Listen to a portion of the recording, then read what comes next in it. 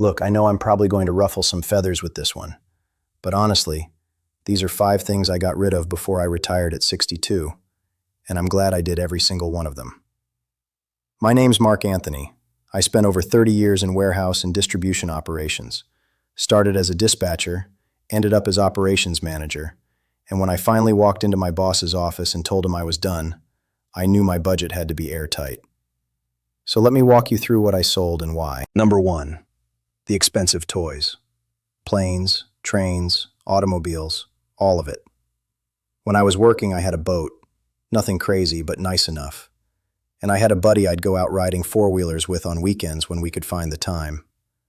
The thing is, when you're working full-time, you don't use these things nearly as much as you think you do. And they still cost you every single month. Storage fees, insurance, maintenance, registration, and it just adds up. My boat was costing me close to $800 a month when I actually sat down and did the math. $800 a month for something I used maybe 10 weekends a year. When I started planning my retirement budget with a financial advisor, that number jumped off the page.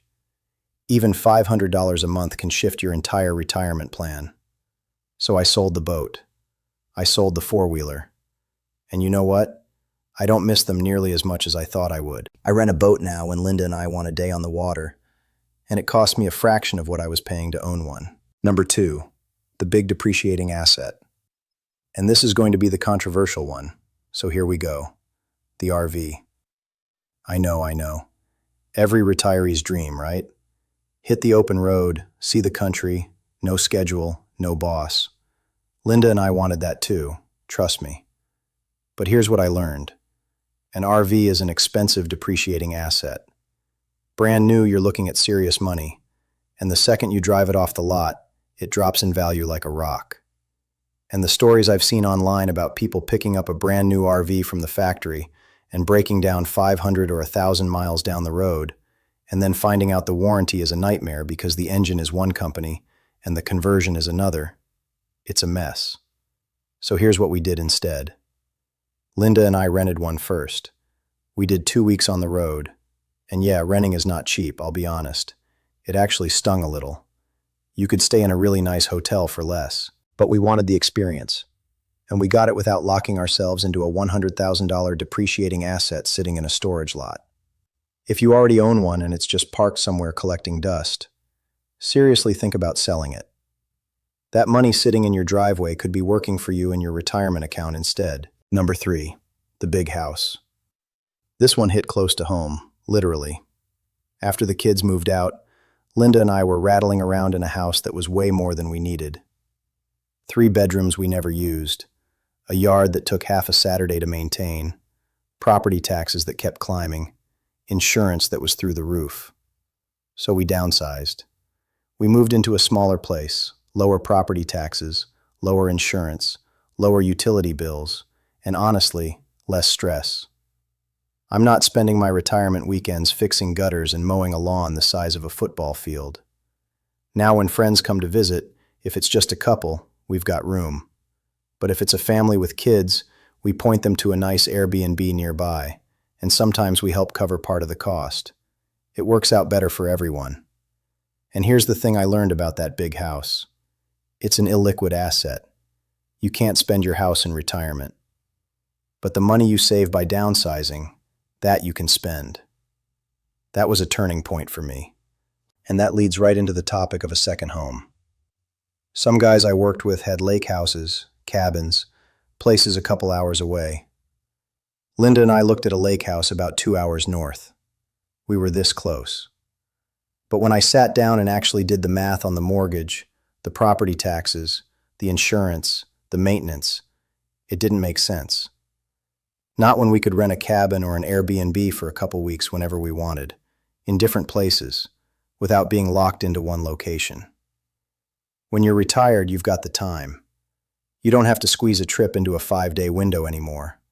You can go for 2 weeks, 3 weeks. You can go somewhere different every time.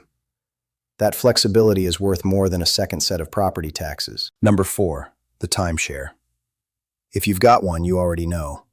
When you're working and you don't have a lot of time, a timeshare can make sense. It's easy, It's predictable. The family knows where they're going.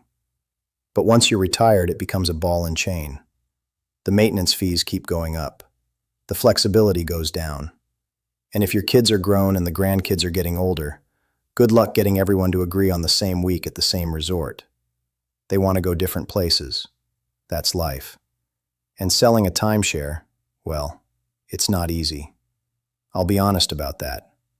But if you've got time on your side, and as a retiree you do, try to sell it yourself. Don't expect to get much if you sell it back to the resort. But getting out from under those annual fees is worth it in the long run. Number 5. And this is the one that's going to hit the hardest, so hear me out. Sell that attitude of, I need to help my adult kids as much as I can. I love my kids. Linda and I would do anything for them. But here's the reality. There are loans for houses. They're called mortgages. There are loans for grad school. They're called student loans. You know what there are no loans for? Retirement. If you can afford to help your kids without putting your own retirement at risk, great, it's your money, you earned it. But if helping them means you have to push your retirement back a year or two, or worse, if it puts your financial security in jeopardy, then you need to pump the brakes. I watched my father have a massive stroke at 59. My older brother had a triple bypass at 57. If you're 60 years old, you've probably got less than 1,000 weeks of healthy, active life ahead of you. That is not a lot of time. I'm not going to give up years of that to fund something my kids can figure out on their own. And that's not being selfish, that's being realistic. So here's why all of this matters, and I want to tie it together. When I sat down with a financial advisor before I retired, we mapped out what I'd need to spend each month. And you know what I found? An extra $500 a month in unexpected expenses. That's enough to change your whole plan. An extra $1,000 a month from a boat or an RV payment or a second mortgage. That can be the difference between retiring comfortably and running out of money at 80. Every one of these 5 things I just talked about carries hidden costs that add up fast. Selling them wasn't about giving things up. It was about buying something better. Peace of mind, security, and the freedom to actually enjoy the retirement I worked 30 years for.